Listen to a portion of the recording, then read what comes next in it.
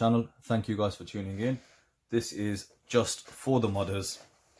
So first things first, okay, this is going to be a very basic video for the beginners, and I will be doing a lot of short videos talking about different aspects, and we're going to go from just total beginner stuff, moving up to intermediate level items as well.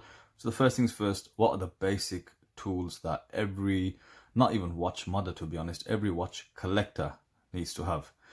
Now, collector is very important. If you're somebody that has one watch, you wear that watch until it basically dies, or you give it away and then you get another watch, you probably don't need these tools. You know, a trip, a one-off trip to your local jewelers or watchmaker will, you know, suffice. But if you are someone like myself and a lot of others out there, where you buy one watch, you buy two, before you know you've got 6, then you got 18, then you got 24. One of the basic things I think you need is the ability to adjust the strap sizes. I found out very early that it's not going to be economical for me. Where I bought a watch, then before I knew it, a couple of weeks later I've bought another one, then literally a week after that I've added another 2, and I took a few trips down to the local watchmaker and it was like £7 a pop. Started about £5, and then £7 a pop to get links taken out. So I thought pretty quickly, nah, that's not, you know, I can't keep doing this. So myself, I am pretty hands-on anyway, so I thought, let me see what's out there. So one of the first things I bought was it's a bracelet link removal tool. All it is, it's very cheap. You can get, you know, varying, you can get different versions of these basically. They won't all look the same, but the function is pretty similar.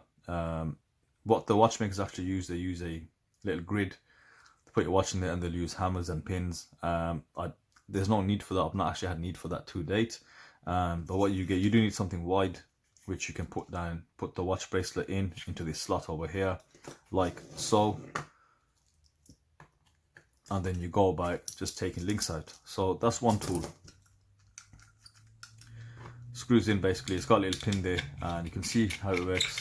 It's going to push out your pins, and this works for all the pins that you can find on most of the bracelets, and it'll help you adjust so you can size a watch for your wrist. The other thing which you need is a spring bar removal tool, and I call this like a push pin tool. This is for watches which do have drilled end lugs. Insert takes it very easy for strap changes. Makes it very easy for strap changes. And same thing with this one, it is to change straps. And you know, you got rubber straps, even you've got some stainless steel bracelets, and you can have all sorts, which this will come in handy. I also think you need something like this. It's like a little prying tool, and this knife primarily is used to take off case backs. Now on your dive watches, they will usually have a screw down case back, so you need a case back remover for that. And if you're using quartz watches, more than likely they'll have a push back, so you need one of these to just pop the case back off. Obviously with the case backs coming off, why is that needed? You never know.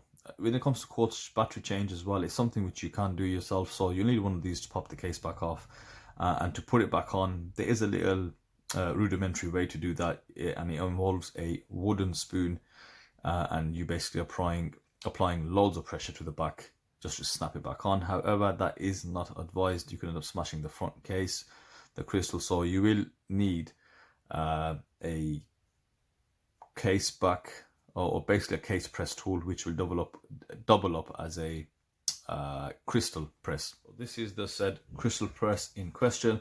So it's a crystal press, but it's also a case back press tool as well. And this is going to be for those watches that you do have a pressed on case back, similar to what you'll find on the quartz watches. Your divers, as mentioned, usually they have the screw down case backs. Well, this is a mono block, wrong example, but you get what I mean, one of these. Okay, so with that, of course, this comes in handy as well, the case back remover tool. You actually never know why you might want to remove the case back, but I think it's always handy to have, just in case you need to do it. If you're going to buy a few watches, you might want to actually verify if the movements are genuine or not. So this is where this will come in handy. Very cheap, and affordable. So what you can see though straight away, and this is, I'll warn you now, if you head down this path, it's a very dangerous path where you will find yourself snowballing very quickly and just getting a bunch of tools and equipment. Especially if you're a hands-on kind of guy, you're going to want everything. Now there's so many grades to these kind of tools. You get the cheap ones like I have here. Actually haven't spent a lot of money on my tools at all, and then you get the professional ones, your Bergeron tools, etc. So, but sticking to the topic of this video, your basic tools, these are your core basics. These 4 pieces here. If you want to go just a step higher, you need your case back removal tools, and you will save yourself money. These things will pay for themselves if you buy watches regularly, and the fact that you're not going out there to get the links taken out. Just get one of these and then you can do it yourself.